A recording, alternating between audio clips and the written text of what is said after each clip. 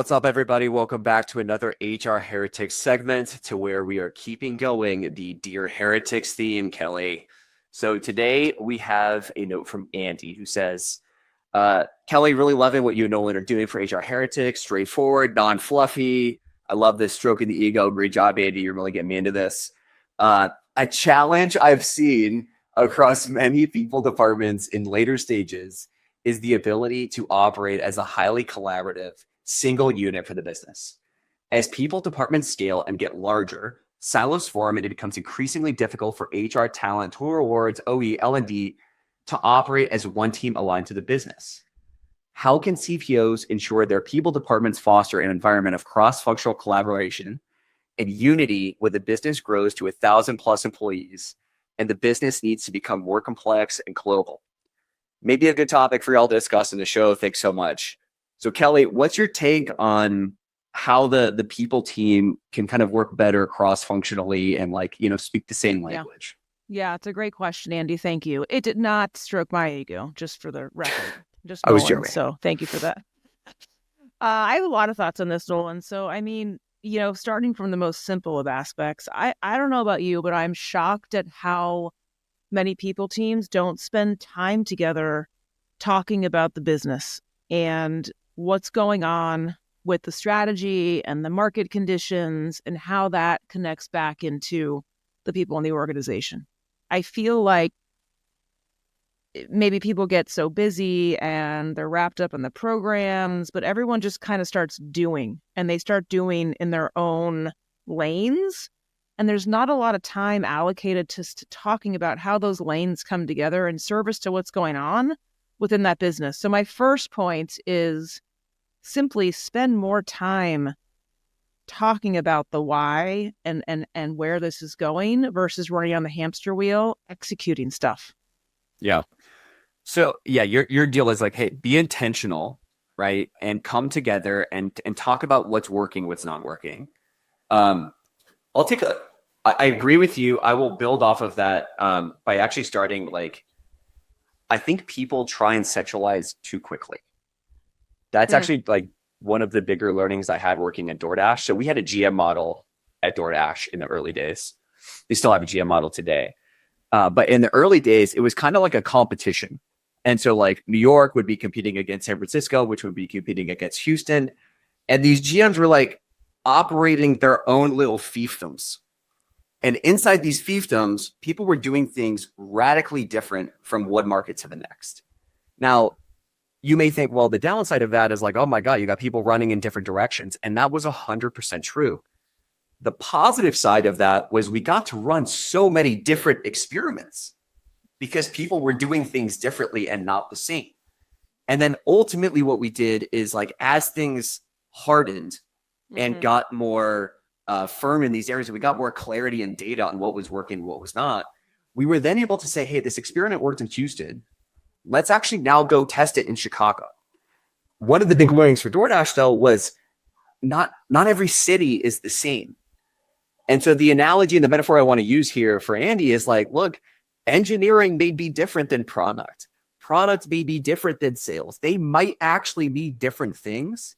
And so I would actually caution you to say one size fits all sometimes works, and we should definitely share learnings, but we should also be okay with each organization having their own flavor and empowering, especially the executives and the leaders of that organization, to truly run it their way while also serving, the ultimate culture of the company.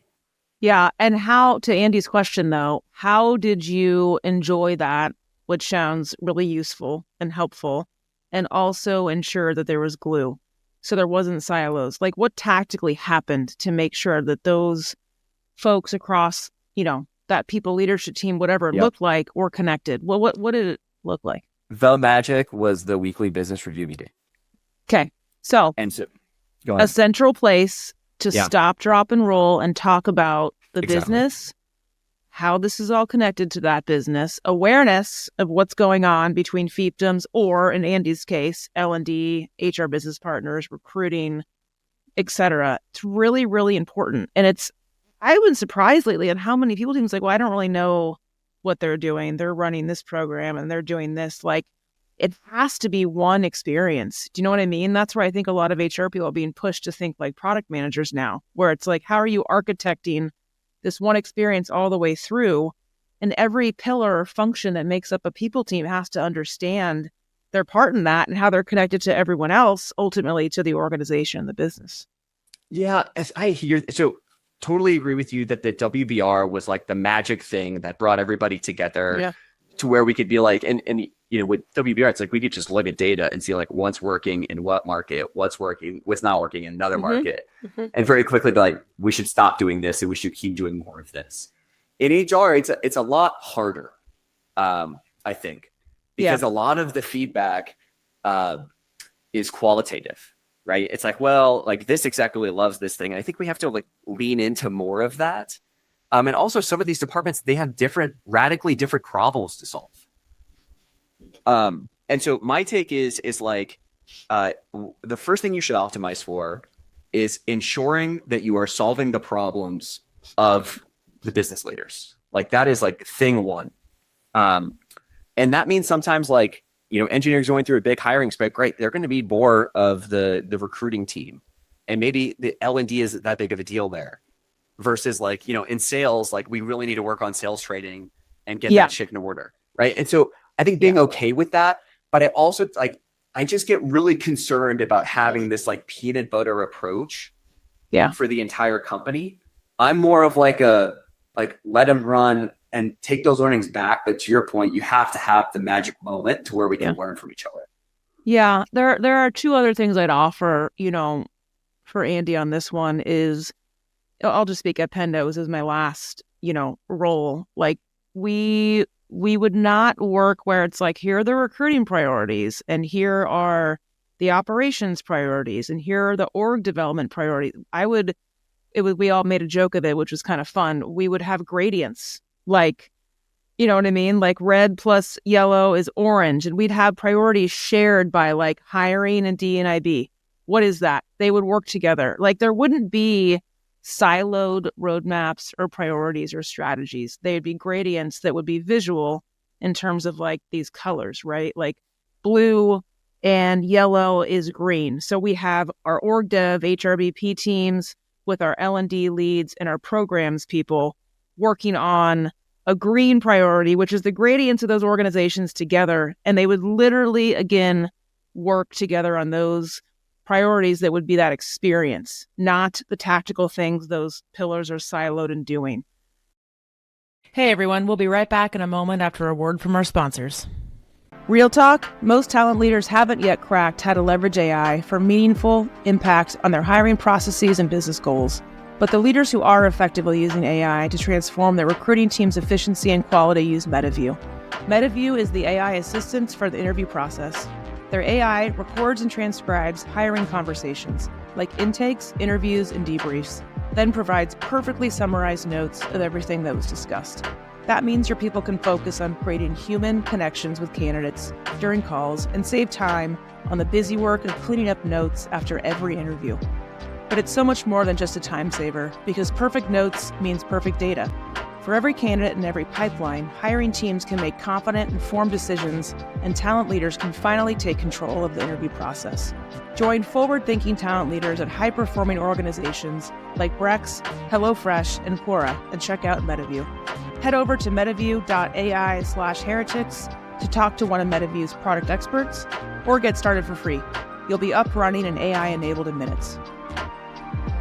Just so I understand, when you say green, like the two colors, is that a business thing, or is that like on the HR team? Like it's on the people side. It's on the people side. So we'd never have just pure, this function's doing this under people. It would always be shared. So you're forcing collaboration. That's right. Inside of the people team. That's right. Using very simple kindergarten-like situations, which is the colors equal a new color. Gradients, and I can share it. It's really funny, actually. It worked. And the second idea, which we were going to think about actually implementing as we got bigger, right, 1,500, 2,000 plus, is structurally this idea of pods on the people team versus, to your, I think you mentioned this earlier, Nolan, centralization. So instead of having all recruiting's here and all HRBPs are here, and all L&D is here. You literally mix and match. So your SWAT team pod, it's almost like mini GMs where you have an HRBP lead, an L&D lead, a hiring squad, all in service to engineering, product, and design. And they literally work on things that are specific to that organization that might be very different than what sales needs, with a throughput line of universal things that connect all of them, obviously. But they are dedicated pods of cross-functional people leads that are actually an org chart team. Yep. I love that idea. The other thing I'd submit to it, so at Carta, one of the things Henry would always make a joke about is we do like a really big reorg every like 12 to 18 months. And he would joke about it because people would always like complain about the reorg. And I was one of those people who was like, oh my God, like, why are we doing this again? Like, why are we boiling the ocean with the org chart? Like, what are we doing here? What problem are we solving? And it was another one of those things I was wrong about, because what was happening was the business was changing. And so I would say, like, the other thing to consider as you factor in what does your org look like today, it should be oriented around the problems of the business. But if you're in a growing company, the problems of your business are going to change. And so what you solve for today will be different in the future.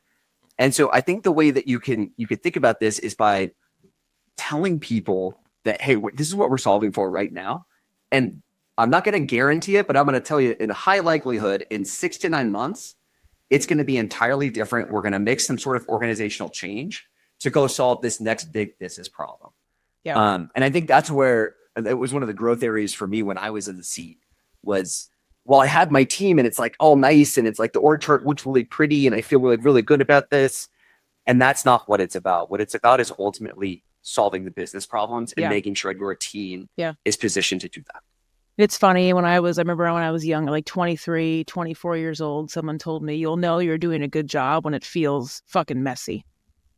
Like that's when you'll know you're doing a good job. And I love the question people get now, AMAs, are we going to have more org changes? Yes. I just don't know I don't know exactly where or when or how, and the last thing I'll say before we wrap is mobility. I think I've always felt this is a really important aspect within a people team. And it's a great way to help with silos in like through osmosis, is just move people around and or expect them to have business context and acumen around what's going on in those other functions. Like I always said, if I left tomorrow, or like if one of you left, I should be able to put the recruiting leader in the org development seat, or you here, like you should be able to do that, which is good for their careers anyway, but it also naturally helps with silos. It's great feedback. Andy, thanks so much for the question. We got a queue of like 3 or 4 of these right now that are in the oven. Kelly and I are going to be working on these over the next couple of weeks, but keep sending them in. Dear Heretics is taking off. Kelly, it's been a great idea. And Andy, thanks so much for the question again. Thanks all. HR Heretics is a podcast from Turpentine, the network behind Econ 102, Moment of Zen, and Turpentine VC. Subscribe, 5 stars, share it on Apple, YouTube, Spotify, anywhere you get your podcasts, all the things.